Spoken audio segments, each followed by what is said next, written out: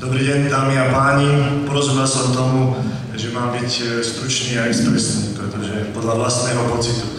Aj keď na ostatok dovolte mi, aby som vás ešte raz privítal veľmi srdečne v Trenčianskom kraji, v meste, v ktorom bývam.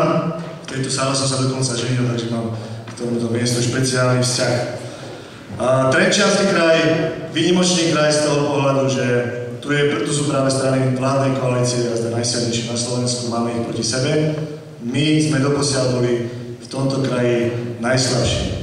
Preto sa aj tá motivácia u mňa samotného, prečo je skandidovať do týchto volieb, rodila trochu dlhšie ako možno niekde inde. Napokon však ten hlavný a rozhodujúci motív bol ten, že bez boja sa vzdať rozhodne nemôžeme a že im to aj v tomto kraji pekne oslavíme. Ja som rád, že aj medzi nami vidím niekoľko ľudí, ktorým som chcel z tohto miesta poďakovať, ktorí sa na tento boj a tento súboj spolu so mnou dali a verím, že budeme úspešní. Našim cieľom, hlavným cieľom je prvé kolo. Tá motivácia ďalšia, ktorú som chcel povedať, je tiež to, že Trenčiansky kraj, vedenie dnešného Trenčianskeho kraja hovorilo o špeciálnych 7 divoch Trenčianskeho kraja, ktoré tu máme. Máme tu Trenčiansky hrad, Vecko, Bojnický zámok, Štefánikovú mohylu a ďalšie pamätihodnosti, tak my sme trošku parafrázovali týchto 7 divov Trenčianskeho kraja. Hovoríme o tom, že v Trenčine Trenčiansky kraj je najzadlženejší na Slovensku zo všetkých samosprávnych krajov. Hovoríme o tom, že na hlavu obyvateľa je trenčiansky obyvateľ tohto kraja je najviac zadlžený zo všetkých samosprávnych krajov.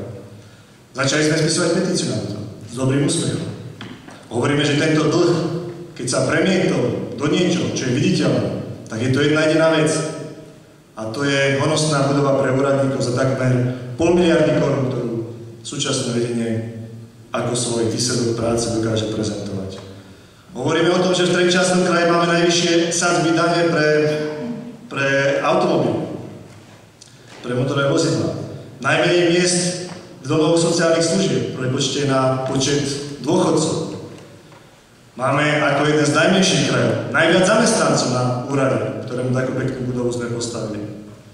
A že máme najväčšie problémy v čerpaní eurofondov v Trenčianskom kraji.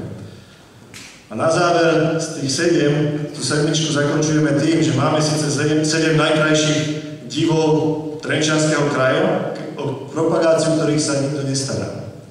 Tak to je taká trošku parafráza, ale pravdivá parafráza. A toto je ďalšia motivácia, ktorá mňa, môj tím, môj kolektív pozbudila k tomu, že tu to musíme prevaliť tiež. Nebudem vás zdržovať.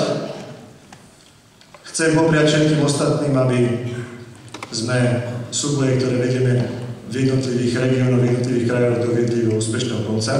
Za seba hovorím, že tu preto spravíme naozaj všetko.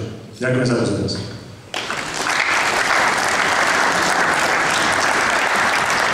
Ďakujem vám, Martinovi.